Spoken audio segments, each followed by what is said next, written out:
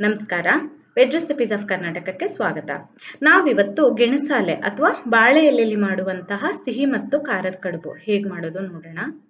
ಮೊದಲಿಗೆ ಒಂದು ಬೌಲಲ್ಲಿ 1 ಕಪ್ಪಷ್ಟು ಅಕ್ಕಿನ 2ರಿಂದ 3 ಗಂಟೆ ನೆನೆಸಬೇಕು.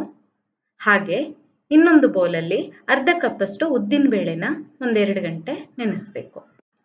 ಈ ಕಡುಬು ಮಾಡೋ ಸ್ವಲ್ಪ ಮೊದಲು ಬಾಳೆ ಎಲೆಗಳನ್ನ ಈ ತರ ಚಿಕ್ಕದಾಗಿ ಕತ್ತರಿಸಿರುವಂತ ಬಾಳೆ ಎಲೆನ ಸ್ಟವ್ ಮೇಲೆ ಹೀಗೆ ಹಾಕಿ ಚೆನ್ನಾಗಿ ಬಾಡಿಸ್ಕೊಳ್ಬೇಕು.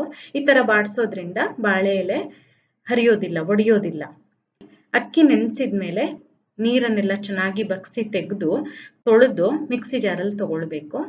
ಅದಕ್ಕೆ ಒಂದು 1/4 ಕಪ್ಪಿಗಿಂತ ಜಾಸ್ತಿ, ಸುಮಾರು ಅರ್ಧ ಕಪ್ಪೆ ಹಾಕ್ಬೋದು, ತೆಂಗಿನ ತುರಿನ ಹಾಕಿ ರುಚಿಗೆ ತಕ್ಕ ಹಾಗೆ ಉಪ್ಪು, ನಾನು 1 ಚಮಚ ಹಾಕಿದ್ದೀನಿ. ಉಪ್ಪು ಹಾಕಿ ಎಷ್ಟು ಬೇಕೋ ಅಷ್ಟು ನೀರನ್ನ ಸೇರಿಸಿ, ನೀವು ಆಗಾಗ ಸ್ವಲ್ಪ ನೀರು ಹಾಕಿ ಅರಿರಿ, ಒಂದೇ ಸಲ ನೀರು ಹಾಕೋದಕ್ಕೆ ಹೋಗ್ಬೇಡಿ. ನೀರು ಹಾಕಿ ಈ ತರ ನುಣ್ಣಗೆ ಹರ್ಕೊಳ್ಬೇಕು. ಅದಾದ್ಮೇಲೆ ನೆನೆಸಿರುವಂತಹ ಉದ್ದಿನ ಬೇಳೆನ ಮಿಕ್ಸಿ ಜಾರಲ್ಲಿ ತಗೊಂಡು ಸ್ವಲ್ಪ ಶುಂಠಿ, ನಿಮ್ಗೆ ಎಷ್ಟು ಖಾರ ಬೇಕೋ ಅಷ್ಟು ಹಸಿಮೆಣಸು, ಇನ್ನು ಸ್ವಲ್ಪ ಉಪ್ಪು, ಇದಕ್ಕೆ ಇನ್ನು ಒಂದು 3-4 ಟೇಬಲ್ ಚಮಚದಷ್ಟು ನೀರು ಹಾಕಿ ಹರ್ಕೊಳ್ಳಿ. ಆಮೇಲೆ ಅದಕ್ಕೆ ಕತ್ತರಿಸಿರುವಂತಹ ಕರಿಬೇವು, ಸ್ವಲ್ಪ ಇಂಗು ಹಾಕಿ ಚೆನ್ನಾಗಿ ಕಲಸಿ.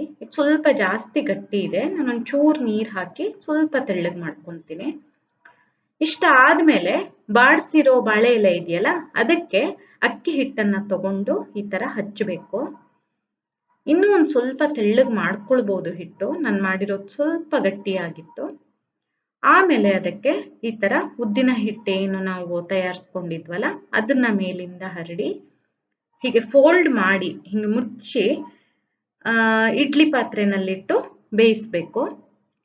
ನೀವು ಆಲ್ರೆಡಿ ಇದನ್ನ ಮಾಡೋ ಮೊದಲೇ ಪಾತ್ರೆನಲ್ಲಿ ನೀರು ಬಿಸಿಗಿಟ್ರೆ ಈ ತರ ಹಿಟ್ಟನ್ನ ಹಚ್ಚೋದು, ಹಿಂಗೆ ಫೋಲ್ಡ್ ಮಾಡೋದು, ಇಡೋದು, ಆ ತರ ಮಾಡಿದ್ರೆ ಆಯ್ತು. ಸಿಹಿ ಮಾಡೋದಕ್ಕೋಸ್ಕರ ಹಿಟ್ಟನ್ನ ಹಚ್ಚಿ ಮೇಲಿಂದ ಕಾಯಿ ಮತ್ತೆ ಬೆಲ್ಲನ ಸ್ವಲ್ಪ ಹೀಗೆ ಹಾಕಿ ಮುಚ್ಚಿ ಈ ತರ ಇಟ್ಟು ಬೇಯಿಸಿದ್ರೆ ಆಯ್ತು. ಒಂದು 15 ನಿಮಿಷ ಆವಿನಲ್ಲಿ ಬೇಯಿಸ್ಬೇಕಾಗತ್ತೆ. ನೋಡಿ, ಈ ತರ ಕಡುಬು ಅಥವಾ ಗೆಣಸಾಲೆ ತಯಾರಾಗುತ್ತೆ. ಬಾಳೆ ಎಲೆ ಸಿಕ್ಕಿದ್ರೆ ಒಂದ್ಸಲ ಮಾಡಿ ನೋಡಿ. ಖಾರದ್ದಂತೂ ತುಂಬಾ ರುಚಿಯಾಗಿರುತ್ತೆ, ಸಿಹಿದು ಚೆನ್ನಾಗೇ ಇರುತ್ತೆ.